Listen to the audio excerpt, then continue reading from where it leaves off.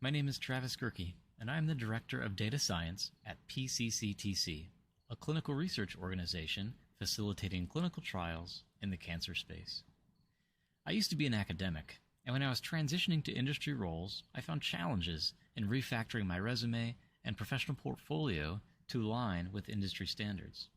I hope to share some resources that you'll find useful in this talk, what they forgot to teach you about industry transitions from academia, or, more simply, WTF AITA.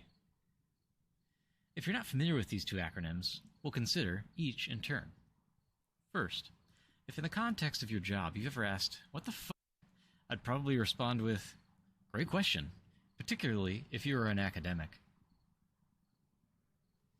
This plot shows one aspect of what the f in academia, the increasing number of PhDs awarded versus the much smaller number of faculty jobs available.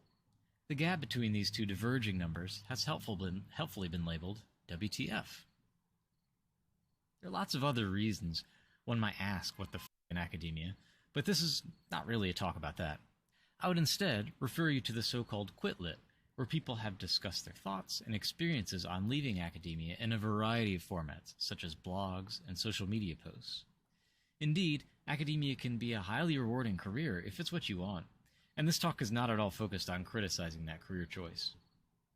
All the same, many academics are currently industry curious, and I hope that many who are not in academia will still find useful content in this talk. Academics certainly don't hold a monopoly on asking what the f. The second acronym, AITA, stands for Am I the Asshole? This happens a lot when academics first apply to industry roles. As a specific example, I was asking this question when my first job applications to industry roles received no response. I thought, am I not qualified? Are they the asshole? Am I the asshole? In this talk, we'll focus on 3 common ways that academics can unintentionally be the asshole.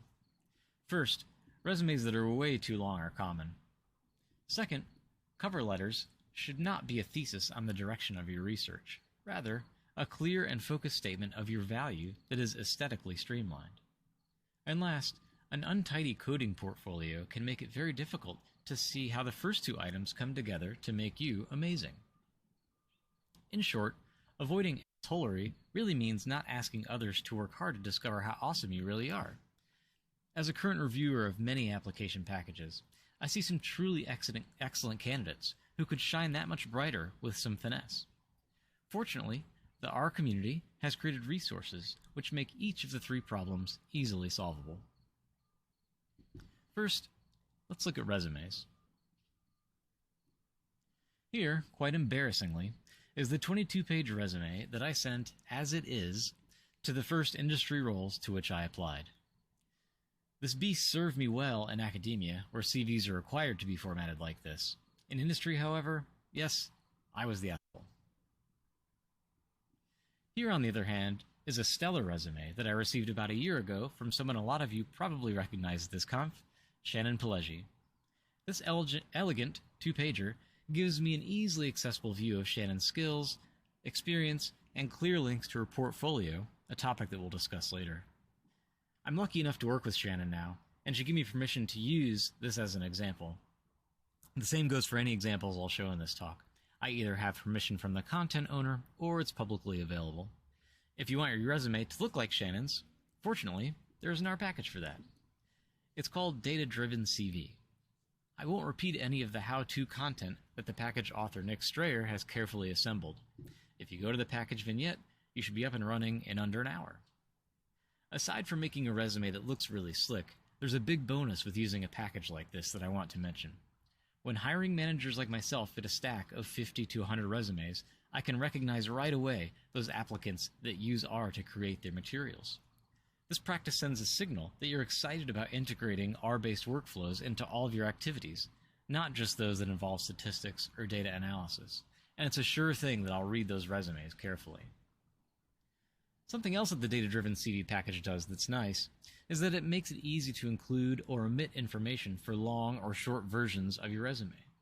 For instance, if you still need a long academic variation for some purposes, you can render with all the publications and fluff into dozens of pages. And then if you want the industry-ready two-pager, a quick filter within data-driven CV will get you there. This eases some of the pain I experienced in moving the currency academia pages and pages of publications to a single bullet point in my resume. Next, let's discuss cover letters.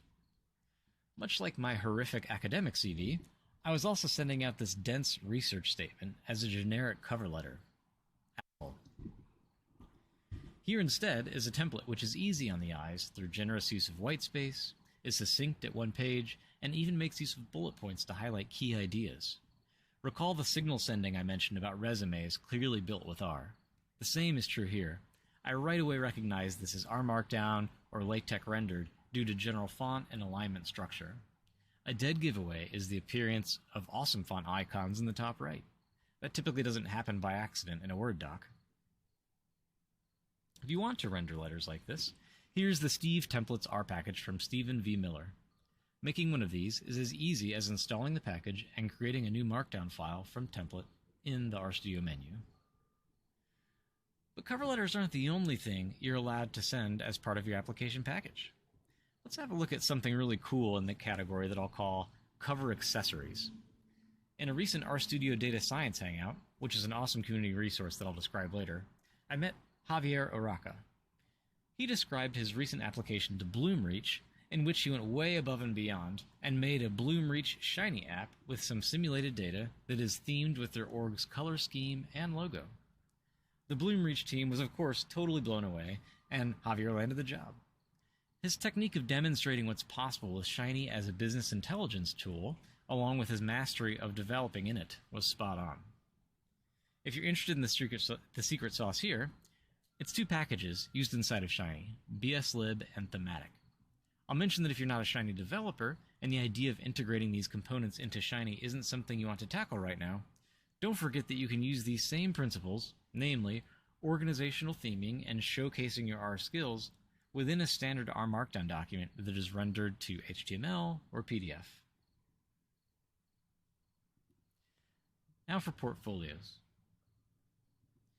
Here's a common look for an academic coding portfolio, and yes, this page is intentionally left blank. Academia doesn't incentivize maintaining this sort of thing, but it's hugely helpful in showcasing your technical skills for industry employers. I'm going to show 3 levels of portfolios with increasing complexity. Only one is really necessary, but it's certainly possible to have all 3.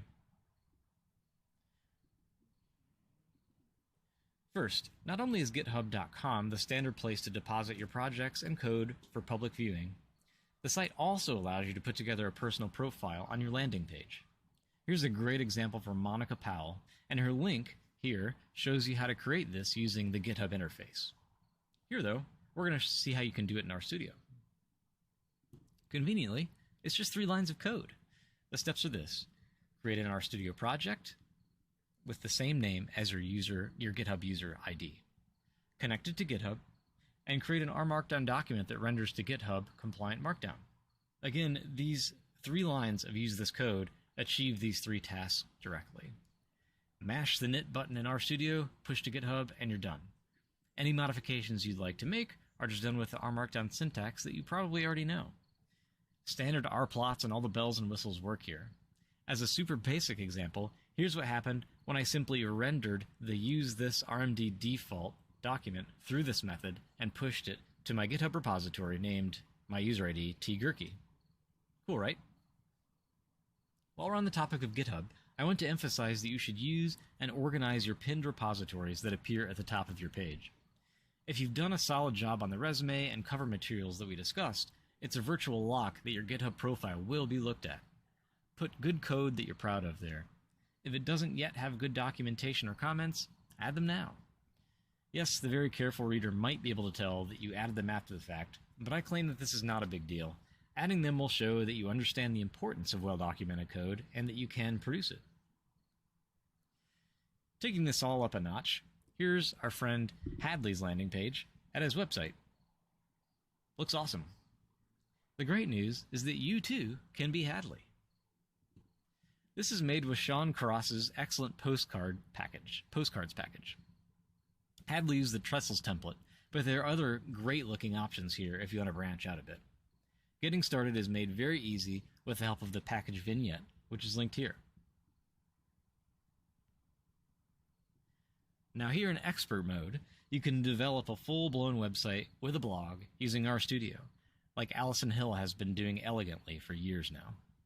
Her most recent iteration uses Hugo Aparo through Blogdown, which she will carefully walk you through in detail in the linked recording of her Our Ladies talk from last year. Blogdown with Hugo is one way to do it, but other popular options include Distill and Quarto. Danielle Navarro has superb examples of both in the form of a Quarto blog that was migrated from Distill. She describes each of those formats and how you develop in each at her blog post, which is linked here. When it comes time to publish your content on the web, don't forget that you can use free services from GitHub Pages and Netlify.